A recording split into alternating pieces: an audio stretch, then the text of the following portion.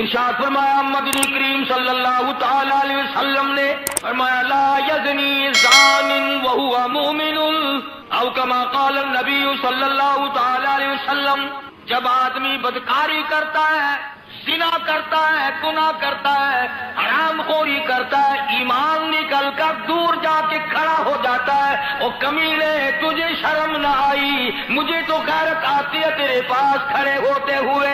لا یسرق سارق وهو مؤمن او کما قال النبی صلی اللہ تعالی علیہ وسلم، جب آدمی چوری کرتا ہے ایمان دور چلا جاتا ہے، اور جب آدمی ذلیل کھانے کھاتا ہے، حرام کھاتا ہے، اس کی روح مردہ ہوتی چلی جاتی ہے.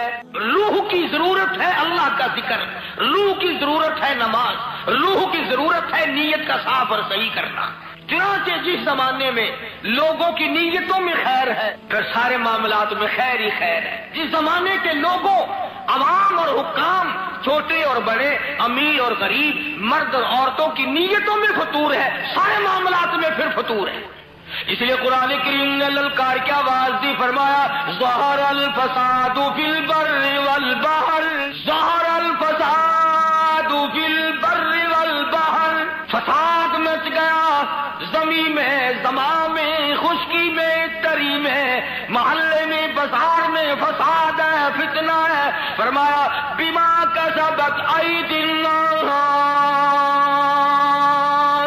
اللہ پاک نے اعلان کر دیا، پہلے بتا دیا یہ جتنے بھی جھگڑے، یہ جتنے بھی فساد ہے، یہ جتنی بیماریاں ہیں، یہ جتنی پریشانیاں ہیں، فرمایا تمہارے ہاتھوں کی کرتوت ہے. بما کسبت ایدی الناس،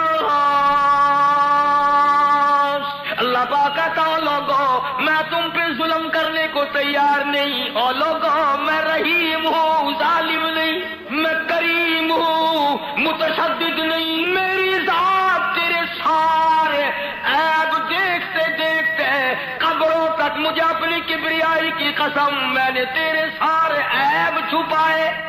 اللہ پاک فرماتے ہیں او ذرا غور کرو، ذرا سوچو، تیری حرکتیں میں نے کبھی بیوی کو نہ بتائی، بیوی کی حرکتیں کبھی خامن کو نہ بتائی، بیٹے بیٹی کی حرکتیں ماں باپ کو نہ بتائی، ماں باپ کا کمینہ پر میں نے اولاد سے چھپا لیا.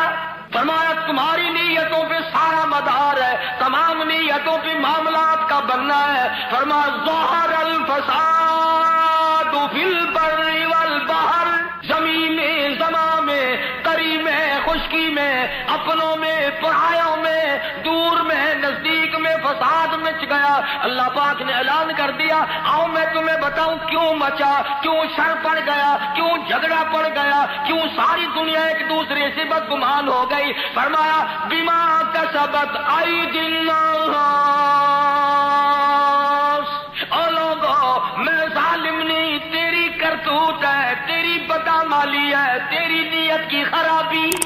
الہی آخرت میں سزا دینا تھا، یہاں کیسی سزا آ گئی. فرمایا لیذیقہم، ہائے ہائے، فرمایا میرے بندے اب بھی میں جھٹکے تھوڑے تھوڑے اس لیے دیتا ہوں شاید تو شرما جائے، شاید تو میرے دروازے پہ جھک جائے، شاید تجھے غیرت آ جائے، دن کو یاد آ جائے، شام کو یاد آ جائے. اور فرمایا میرے بندے تجھے اپنے رب کا جب بھی خوف آئے، جب بھی ڈر آئے، جب بھی میرے قہر سے تو ڈرے، رات میں، دل میں، صبح میں، شام میں، جس وقت تیرا دل کرے توبہ کرنا تیرا کام ہے، تجھے دریائے کرم کے گوتے میں پا کر دینا میرا کام ہے. عرض یہ کرنا چاہتا ہوں کہ ہم لوگ اپنے آپ کو جنت کے وارث بنائے پھرتے ہیں، جنت کے ٹھیکیدار بنے پھرتے ہیں.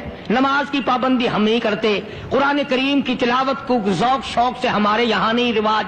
میں تو دیکھتا نہیں کہ کوئی عورت دن میں منہ بناتی ہو کہ آج ہمارے گھر میں کسی نے تلاوت نہیں کی، ہمارے گھر میں آج لعنت برسی ہوگی رحمت کے بجائے. پورے سال میں اگر گھر میں قرآن کی تلاوت نہ ہو، عورت کو افسوس نہیں، مرد کو افسوس نہیں، بڈھی مائی نہیں افسوس کرتی، کوئی چھوکری افسوس نہیں کرتی کہ ہمارے پورے گھر میں قرآن پڑھنے والا ایک بھی نہیں. اور یہ آج نہیں پڑھا گیا، کیوں نہیں پڑھا گیا؟ نماز کی طرف سے کوئی افسوس نہیں کرتا.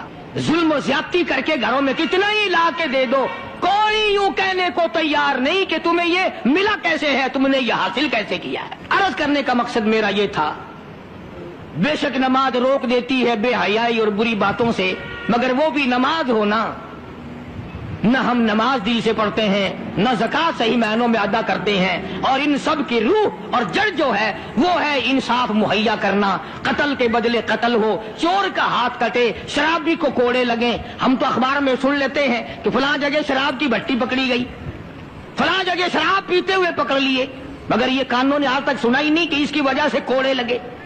زنا کی سزا ملی، شراب کی سزا ملی، چور کو فلاں سزا ملی، وہ ہم نہیں سن پاتے ہیں۔ اندر ہی اندر افسر لوگ جو گھپلا مچاتے ہیں وہ تمام کے تمام معاملات کو اڑا کے رکھ دیتے ہیں، اور یہی وہ چیز ہے جس کا قرآن کریم مخالف بنتا ہے۔ قرآن کریم نے للکار کی آواز دی، فرمایا بڑے بڑے لوگ جب ہیرا پھیری کیا کرتے تھے، وَمَن لَّمْ يَحْكُم بِمَا أَنزَلَ اللَّهُ فَأُولَٰئِكَ هُمُ الْكَافِرُونَ۔ یہ وہ لوگ ہیں جنہوں نے اللہ کے نازل کردہ کام کے خلاف فیصلے کیے، تمام خلاف اس کی عدالتیں قائم کی، پرواہ نہ کی، سوچا تک نہیں۔ کہیں فرمایا وَمَن لَّمْ يَحْكُم بِمَا أَنزَلَ اللَّهُ فَأُولَٰئِكَ هُمُ الْفَاسِقُونَ۔ قرآن کہتا ہے جو لوگ میرے قرآن کے خلاف بیٹھ کر فیصلہ کرتے ہیں، اللہ کہتا ہے یہ فاسق ہیں، یہ فاجر ہیں، یہ بدکار لوگ ہیں۔ میرا عرض کرنے کا مطلب منشا یہ ہے کہ ہم ایک طرف سے اپنا دامن صاف کرتے ہیں تو دوسری طرف سے گندگی آلود رہ جاتا ہے۔ اگر مرتے وقت یہی حال ہوا تو ناکام ہو کر کے مریں گے۔ صحابہ کرام نے ان تمام گتھیوں کو پہلے سلجھایا اور اپنی زندگی کو ایسے بنایا کہ مرتے وقت صحابہ کرام کی طرف کوئی انگلی نہیں اٹھا سکتا تھا۔ حقوق العباد کے بارے میں بھی، حقوق اللہ کے بارے میں بھی کوئی چیز ان کو پیچھے نہ رکھ سکی۔ میں یہ نہیں کہتا کہ وہ معصوم عن الگناہ تھے، گناہوں سے پاک تھے۔ ایک مثال پیش کر دوں، گناہ بھی ہوا تو کیسے ہوا؟ صحابہ کرام میں سے اگر گناہ بھی ہوا تو اس کا کیا طریقہ کار اختیار کیا؟ ایک عورت ہے، اس کو کسی نے شراب پلا کر اس سے بدکاری کی، اسے حمل رہ گیا، پیٹ رہ گیا۔ مسجد میں بیٹھے ہو، خدا کا واسطہ دے کر کہتا ہوں ذرا سوچنا، جب عقل آئی، ہوش آیا، دیکھی کسی نے نہیں، مخبری کسی نے نہیں کی، اطلاع کسی نے نہیں دی، خود چل کر آئی دربار رسالت حضرت محمد الرسول اللہ صلی اللہ تعالی وسلم کے دربار میں، اور آ کے عرض کرتی ہے یا رسول اللہ انی قد ہلکت، ہرنی اور کالی کملی والے مجھے پاک کر دے، مجھ پہ اسلام کی حد جاری کر، میں ہلاک ہو گئی، میں برباد ہو گئی، گناہ کر بیٹھی۔ کتنا خوف ہے اللہ کا، کتنا ڈر ہے اللہ کی عدالت کا۔ سرکار دو جہاں حضرت محمد الرسول اللہ صلی اللہ تعالی علیہ وسلم نے یوں منہ پھیر لیا، پتہ نہیں کس حال میں عورت یہ بات کہہ رہی ہے، پھر اس طرف آ گئی، آگے کہنے لگی یا رسول اللہ انی قد ہلکت، کالی کملی والے میں ہلاک ہو گئی، برباد ہو گئی، طہرنی مجھے پاک کرو، مجھ پہ اسلام کا قانون لاگو کرو، جاری کرو۔ آپ نے فرمایا کچھ پی کے تو نہیں آئی اس وقت؟ کہتے نہیں۔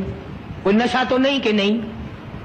کسی نے تجھے یوں ہی برنگیختہ تو نہیں کر دیا؟ کہتی ہے نہیں۔ کہنے لگی مجھے حمل بھی ہے۔ فرمایا اچھا اب حد نہیں تجھ پہ جاری کی جا سکتی، گناہ تو نے کیا، بچے نے تھوڑے ہی کیا، وہ بھی تو ساتھ مرے گا، اس کا جواب عدالت خداوندی میں کون دے گا؟ چلی گئی، بچہ پیدا ہوا، پھر بھی حضور کریم صلی اللہ علیہ وسلم نے اس کے پیچھے کوئی دائی لگا کے نہیں رکھی کہ جب بچہ پیدا ہو پتہ دینا، اس کو فوراً حد جاری کریں گے۔ بچہ پیدا ہو گیا، پھر خود ہی جھولی میں اٹھا کے لے آئی کالی کملی والے۔ اب مجھے بڑا ڈر لگتا کبھی میری یوں ہی موت آ جائے اور قیامت کے دن مجھے عذاب اٹھانا پڑے۔ انی قد ہلکت، میں ہلاک ہو گئی، گناہ کر بیٹھی، مجھ پہ حد جاری کرو۔ فرمایا اس بچے کو دودھ کون پلائے گا؟ لے جا اسے، جب یہ دودھ چھوڑ دے گا پھر تجھ پہ حد جاری کریں گے۔ پھر چلی گئی، 2-4-6 مہینے کے بعد بچے کے ہاتھ میں اندازہ لگا، صحابہ کرام کا خوف خدا دیکھ،